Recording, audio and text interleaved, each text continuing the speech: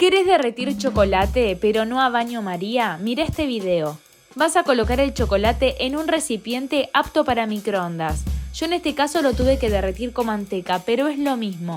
Lo vas a llevar al microondas por 30 segundos y en cada intervalo lo vas a revolver para evitar que se queme.